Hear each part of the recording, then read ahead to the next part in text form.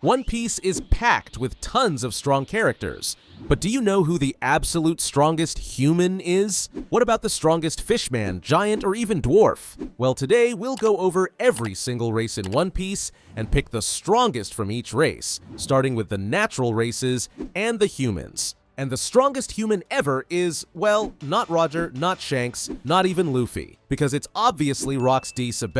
This guy wasn't just strong, he was a straight-up monster with superhuman strength. Like, he destroyed the Gate of Justice all by himself, took out a Marine Admiral before even becoming a pirate, and once he did, he led the craziest crew ever as the captain of the Rocks Pirates. Whitebeard, Kaido, Big Mom, Shiki, and more. If you're the captain of that crew, you've gotta be on a whole other level. And his dream? Well, Rocks casually just wants to be the king of the entire world. And to achieve this dream, he leaves mass destruction wherever he goes.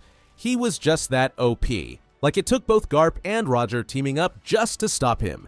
And I mean, if you can break into the Room of Flowers at Merurolk and threaten Imu, the literal secret ruler of the world, you have to be the strongest human in history. Moving on to another human race, the Kumade tribe, who are a violent and isolated group of humans who are basically cannibals. But since we literally don't know any characters from the Kumade tribe, let's just continue with the Kuja tribe. And here we of course know a lot of characters, but the strongest of all the Kuja is obviously Boa Hancock. She's not just known for her beauty, but also for her insane strength. Her love fruit lets her literally turn people into stone who think she's beautiful. And yeah, almost everyone thinks this woman is beautiful, except for Luffy, of course. Anyway, beyond her devil fruit, Hancock's fast, agile, and incredibly strong, so she's the easy choice for the Kuja tribe.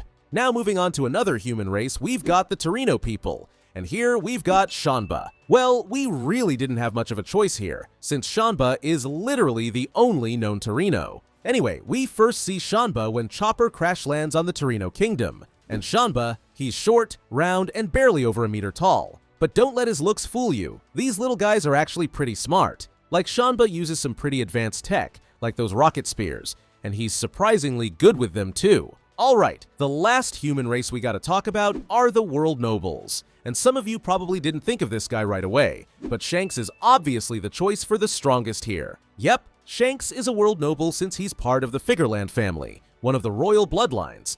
And come on, we all already know how ridiculously strong this man is. Like with his insane Conqueror's Haki, he doesn't even need a devil fruit to destroy his enemies. He can literally just use his Haki to make even admirals scared of him.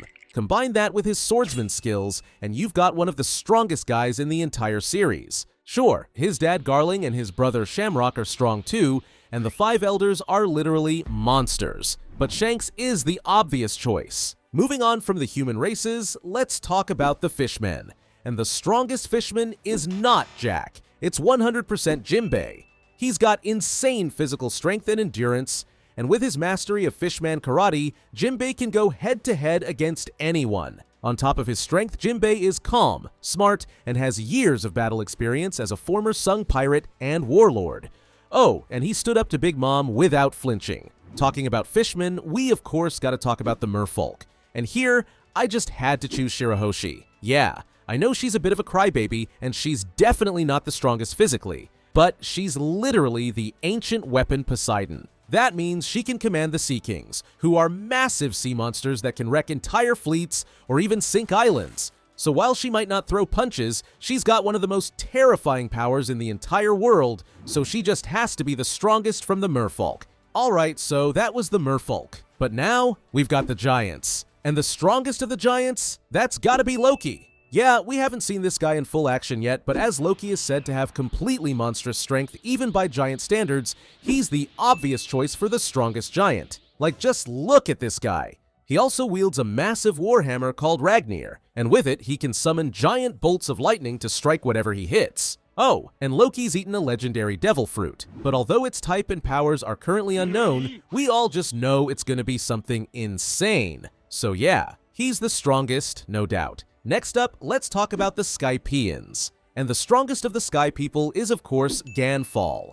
He's a former god of Skypea, a skilled warrior, and together with his pet bird Pierre, he rides around using his lance to take out anyone who threatens the Sky Island. Even though he's old, Ganfall still throws hands and earns everyone's respect for protecting his people. Staying in Skypiea, we gotta talk about the Chandians. And yeah, you might think Wiper's the strongest, but nope. The strongest Chandian in history is Calgara. This guy literally took down this giant snake all by himself, showing just how insanely strong he is. Like Wiper and Zoro couldn't even scratch the snake Nola. That pretty much says how crazy strong this guy was, right? He's super fast, powerful, and those who heard of any legends about him often compare him to a demon. Alright, the last of the Sky Island residents are the Birkens. And yeah, no surprise here, Enel is obviously the strongest. The self-proclaimed god of Skypiea, with the power of the Rumble fruit and his insane observation haki, is untouchable by most people. I mean, the only reason Luffy beat this guy was because of the insane power of plot armor. Anyone else trying to stand in his way would get fried. So Enel is easily the strongest character of the Birkens. But moving on, let's talk about the Minks. And the strongest Mink, or well, the strongest Minks, are Inuarashi and Nekomamushi. Yeah, we just can't split these guys up, as together they are the former rulers of the Mokomo Dukedom, and they are both beasts. Like, they fought Jack and the Beast Pirates for 5 days straight, got poisoned and tortured, and still survived. Plus, in their Sulong form, they get a huge power boost. So in this insane form, Inuarashi took down Jack, Nekomamushi beat Perospero, and together they even landed hits on Kaido. So yeah, when it comes to the Minks, these two are the best.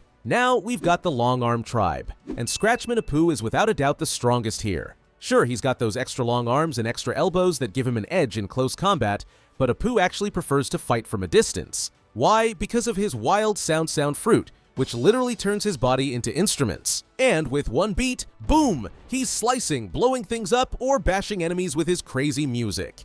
Combine that with his agility and durability, and Apoo easily stands at the top of the Long Arm tribe. But what about the Long Leg tribe? Well, the strongest here is Charlotte Smoothie.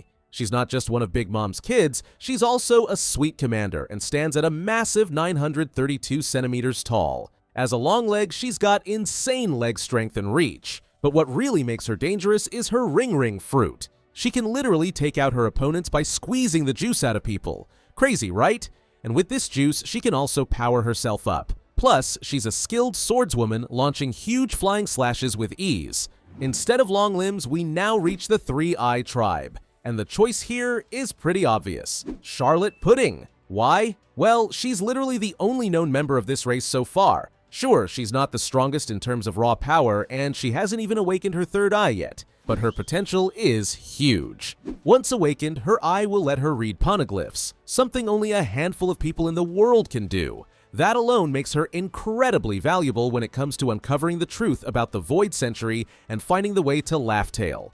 Oh, she's pretty good with her gun though. Anyway, let's move on to the dwarves, and the strongest from these tiny guys is Leo. As the leader of the Tantakor, he's not just brave, he's insanely fast, strong, and super skilled with his So-So fruit, which lets him stitch up wounds, trap enemies mid-fight, or literally sew people to the ground. So don't let his size fool you. Leo is way stronger than he looks. Just ask Charlos. Next up is the Snake Neck tribe, and we've got another Big Mom pirate. This time it's Charlotte Amand. She's Big Mom's third daughter and one of her top officers. And her long neck, well, it's actually just for looks. Yeah, seriously. So instead, we gotta talk about her ridiculous sword skills. Because Amand wields the legendary sword Shirawo, and she easily wiped out an entire army of armored knights, sliced through King Bomb, and even cut down Perospero's candy wall like it was nothing. So yeah, out of all the long neck characters we've seen, Amand is by far the deadliest. Now to an even weirder race, the Kinokobito. These guys are literally walking mushrooms with 4 legs, and they're super rare. Like, Big Mom even has one locked away in her creepy book of rare creatures, and he's literally calling for help.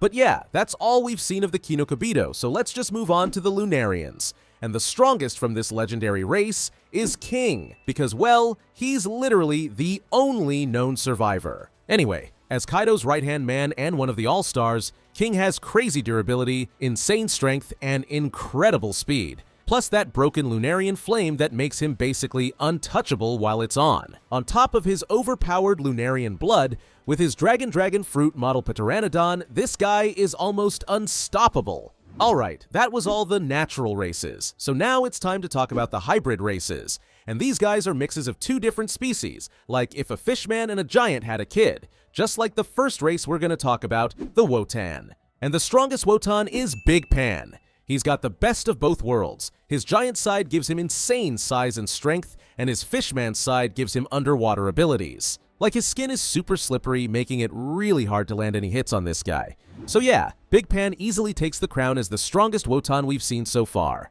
Now, on to the long-limb humans. Or at least we would have if we had actually seen one. So yeah, on to the long-limb necks. But same problem. We don't know of any long-limb necks. So let's continue to the Buccaneers. And the strongest Buccaneer, and literally the last one alive, is none other than Bartholomew Kuma. He's got insane durability, monster-level strength, and the crazy pawpaw fruit that lets him repel anything and literally teleport people across the world, like sending Luffy to Amazon Lily. On top of that, he's been both a revolutionary and a warlord, so Kuma's strength is on another level. Just look at the destruction he caused at Thriller Bark. Next up, we've got the Dosandada, and the strongest from this race is Charlotte Normande. I mean, she's literally the first and only Dosandada we've ever seen, and the only thing we know about her is that she's Big Mom's 38th daughter and she likes playing with butterflies. But hey, since she's the only Dosandada around, that makes her the strongest by default. Now, the last of the hybrid races is the Zushin Dodo, a super rare mix between dwarves and giants. So rare, in fact, that we don't know of any Zushin Dodo. With that, we're done with the hybrid races, so let's move on to the artificial races. And the first artificial race we're going to talk about is the Automata, and the strongest Automata is Spacey. Yep, First Lieutenant Spacey is one of the Automata built by Tsukimi on Karakuri Island. He's this small little android decked out in full military gear with a bushy mustache, army jacket, helmet, and even a rifle slung over his shoulder. And don't let his size fool you, he's actually pretty good in a fight. Plus, this little guy is insanely loyal. Moving on, let's talk about the cyborgs. And we've got some real heavy hitters here, like Franky and Queen. But the strongest cyborg has to be Eustace Kid. This guy's got insane raw power and destructive potential. Plus, with his magnet fruit, he basically turns himself into a walking weapon factory, pulling in metal, building giant arms, and wrecking everything in his path. He's tough, ruthless, and hits like a truck. I mean, he even went head-to-head with Big Mom and did some serious damage. So yeah, he's absolutely the strongest cyborg. But who's the strongest zombie? Easy, Zombie Oars. He's a massive ancient giant who's already ridiculously strong on his own, but when Moria puts Luffy's shadow inside him, he gets all of Luffy's strength, speed, battle instincts, and of course, Luffy's rubber powers. That also means that Zombie Oars isn't just some big mindless brute. He's literally a giant Luffy on steroids, and none of the other zombies even come close to that level of chaos and destruction. Next up, we've got the Centaurs, Satyrs, and Harpy. And the strongest out of this weird bunch is definitely Brownbeard. Just so you know, these guys are all humans who got their bodies mixed with animal parts thanks to Law's powers. Anyway, Brownbeard is a massive guy fused with a crocodile, and he leads an entire crew of centaurs. He's also got real combat experience as a former pirate captain, and even survived a run-in with Basil Hawkins, so that puts him way above the rest of these goofy hybrids. Sure, he's still kinda goofy himself, but he's easily the strongest of the bunch. Another goofy, but honestly sad race is the Toys, and the strongest toy is the Thunder Soldier. Why? Because he's actually Kairos, who was a legendary gladiator before being turned into a toy by Sugar. And even with just one leg and that tiny toy body, he's still powerful and ridiculously skilled at fighting. So even as a toy, Kairos was still a beast, doing everything he could to protect his daughter Rebecca. Now we've got the homies, and here we gotta talk about Zeus. He's literally a living thundercloud fused with a piece of Big Mom's soul, which gives him insane power. And out of all the homies, Zeus definitely has the most raw destructive potential. His lightning strikes are just on a whole other level. And now that he's combined with Nami's Climattact, he's even deadlier. Plus, he can also turn into a spiked club and hit people with physical attacks. So, even though Prometheus is very strong as well, I would put Zeus as number 1. Moving on, let's talk about the clones, and Stussy. Stussy is easily the strongest clone in all of One Piece, and that's because she's not just any clone. She's a clone of Miss Buckingham Stussy, a former Rocks pirate. On top of that, she's also a secret agent for CP0, which means she's insanely skilled in both spy work and combat. Plus, thanks to her vampire-like devil fruit, she can fly, bite, and knock people out in an instant. Just look at how she took down Kaku, one of CP0's top agents, like it was nothing. So yeah, out of all the clones, Stussy is built different, literally. Next up, the Pacifista, and the strongest one of them all is obviously PX0, aka Kuma. Thanks to their massive size and build, the Pacifistas have some insane physical strength. And that's just the beginning. Like, these guys can also literally shoot lasers out of their mouths. And since Kuma is PX0, he's got the power of the Pawpaw Fruit. But hey, we already talked about how insanely strong Kuma is, so let's move on to the next race, the Seraphim. And the strongest Seraphim, that's S-Hawk. I mean, this guy is literally modeled after Mihawk, the world's greatest swordsman, so his sword skills are insane. Fast, deadly accurate, and strong enough to scare Blackbeard. Oh, and that same Slash also carved a massive chunk out of Amazon Lily's mountain, and he was even able to hold his own against Zoro. Plus, he's part artificial Lunarian, so he's got crazy durability and stamina from those signature flames. And let's not forget that he's got Pacifista lasers in his palms and the Supa Supa no Mi, turning his whole body into steel blades. Now, let's talk about modified humans. And the only known modified humans are the Vinsmoke siblings. So, who's the strongest Vinsmoke? Well, it's obviously Sanji. Because, well, he was literally the strongest even before he awakened his Germa genes, using his powerful kicks to put a literal dent in his brother's face. And now he's on a whole other level, using his speed, power, and new Ifrit Jinbe to take out Queen with his intense flames. So this cooking and kicking monster is of course the obvious choice here, but what about the numbers? Well, the strongest of these weird creatures is Hacha. Hacha's actually the only number we know the age of, and get this, he's 188 years old. Crazy, right? Anyway, thanks to his massive size, Hacha is extremely powerful, and with just a few casual swings of his giant club, he can smash through stone floors, break wooden platforms, and even leave holes in solid ground. He could even pick up his fellow number jockey like it was nothing, so it's no wonder everyone had a really difficult time taking down this powerful guy. Now, on to the last artificial race, and last but definitely not least, we've got the demons. And the strongest demon, or demons, would have to be Dory and Brogy.